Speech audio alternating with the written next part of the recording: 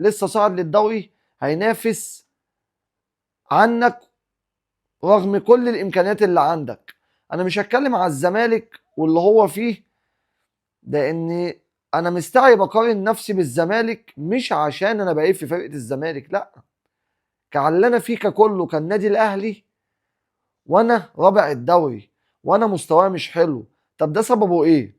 غياب لاعبين ثلاثه زي تريزيجيه زي زيزو زي امام عاشور. عيب قوي لما يكون فريق كبير زي النادي الاهلي ويعتمد على لاعبين ثلاثه. طب النهارده ده سببه عقود اللاعبين المتفاوته، ان لما لاعب يحس نفسه نجم من ماتش واتنين يبقى عايز ياخد اكتر من اللاعب اللي بيلعب جنبه. ده انا معرفش ده سببه اوضه اللبس، سببه العقود اللي في الاهلي، ايا كان ده مش مستوى يليق بقميص النادي الاهلي.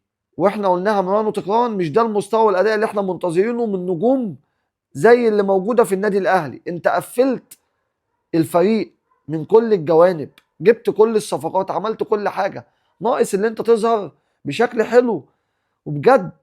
هو ده اللي مستنيينه.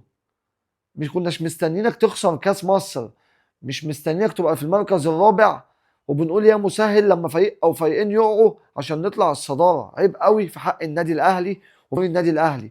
الحمد لله النهارده بالعمري بيشارك، وان شاء الله في حته شويه شفناها عرضيه ولا اتنين من بتوع ايام معلول، نتمنى اللي هو يكمل على نفس المستوى. النهارده كام وش، في ناس تقول لك ده لسه بقاله ماتشين ثلاثه، بس احنا ما شفناش عنده الشراسه الهجوميه اللي كانت بتبقى في معظم اللعيبه الاجانب خصوصا الافارقه. حاسينه نايتي كده في اللعب، وده مش مطلوب. في لعيبه وصفقات جديده لسه ما شاركتش وما شفناهاش، وفي صفقات شاركت واحنا خايفين منها.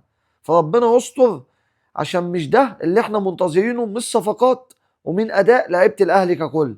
فبنتمنى ان كموش ده يخيب ظننا، بس احنا خلاص يعني احنا قربنا نخلص الدور الاول، فاحنا المفروض هنشوف اداء منه امتى. واحنا بنقول ان في لعيبه كتيره جت ما كانتش مركزها مهاجم صريح ومن اول ماتش سجلت زي جراديشار، وكان اول ماتش قصاد بيراميدز وجاب جون وكان خارب الدنيا. وفي لعيبه زي وسام كانت مكسره الدنيا. معقوله ده يبقى اليو بادجي او موديست او بواليا، ولا يبقى فلافيو لما كانت واقفه معاه وبعد كده كسر الدنيا؟ بنتمنى نشوف مستوى اللي احنا مستنيينه، لان ده مش مستوى ولا اداء الاهلي ولا يليق بقميص النادي الاهلي. ونتمنى ان القصص دي تخلص ونشوف لعب يمزجنا، لان انتوا مش ناقصكم حاجه. سلام.